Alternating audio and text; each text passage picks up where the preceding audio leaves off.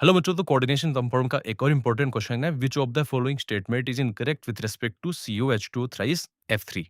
और यहाँ पे फर्स्ट स्टेटमेंट है hybridisation of central metal cation is sp3d2।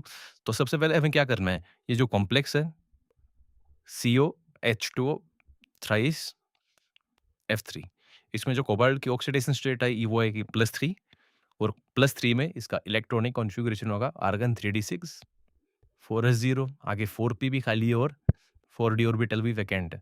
ठीक है, यहाँ पे बच्चों सबसे बड़ा कंफ्यूजन ये होता है कि कोबाल्ट +3 के साथ में हमने ये पढ़ा है कि जो H2O होता है वो स्ट्रॉन्ग फील्ड लिगेंड की तरह बिहेव करता है, लेकिन तब जब ये कॉम्प्लेक्स कैसा हो, होमोलेप्टिक, मतलब अगर सारे लिगेंड H2O हो तो कोबाल्ट +3 के साथ में H2O स्ट्रॉन्ग फील्ड लिगेंड की तरह बिहेव करेगा। लेकिन यहाँ पर ये कॉम्प्लेक्स होमोलेप्टिक नहीं है, यहाँ H2O के साथ में F- या F- के अलावा Cl-, Br- या फिर OH- हो, तो फिर H2O भी कैसे बिहेव करेगा, वीक फील्ड लिगेंड की तरह बिहेव करेगा। तो अगर हम अब इसका हाइब्रिडाइजेशन निकालें तो ये एक D6 कॉम्प्लेक्स है in the presence of weak field ligand. अगर स्प्लिटिंग करवाएं हम तो ये Eg ऑर्बिटल है और ये इस तरह से T2g ऑर्बिटल है, ये 3d ऑर्बिटल है, कुछ इस तरह से स्प्लिटिंग होती है। उसके आगे ये 4s ऑर्बिटल, ये 4p ऑर्बिटल एंड ये 4d ऑर्बिटल। अब अगर इलेक्ट्रॉन की फिलिंग की बात करें तो 1 2 3, उसके बाद में वीक फील्ड लिगेंड तो पेयरिंग नहीं होगी, 4 5 और ये 6। ठीक है, अब यहाँ पे 3d ऑर्बिटल वैकेंट नहीं है, तो हाइब्रिडाइजेशन क्या होता है यहाँ पे, sp3d2।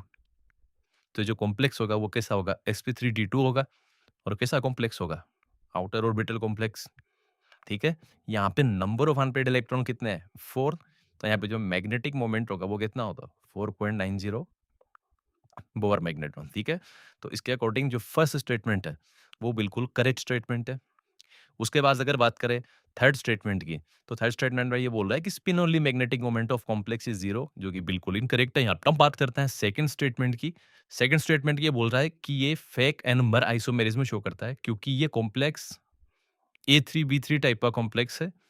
तो A3B3 टाइप का कॉम्प्लेक्स है तो इसके दो ज्योमेट्रिकल आइसोमर होंगे, एक होगा फेसियल जिसको हम फेक भी बोलते हैं, और एक होगा मेरिडोनियल जिसको हम मर भी बोलते हैं। ठीक है, और इसका जो IUPAC नेम होगा वो क्या होगा, ट्राई एक्वा ट्राई फ्लोरिडो कोबाल्ट, और इसकी ऑक्सीडेशन स्टेट +3, जो कि बिल्कुल करेक्ट है।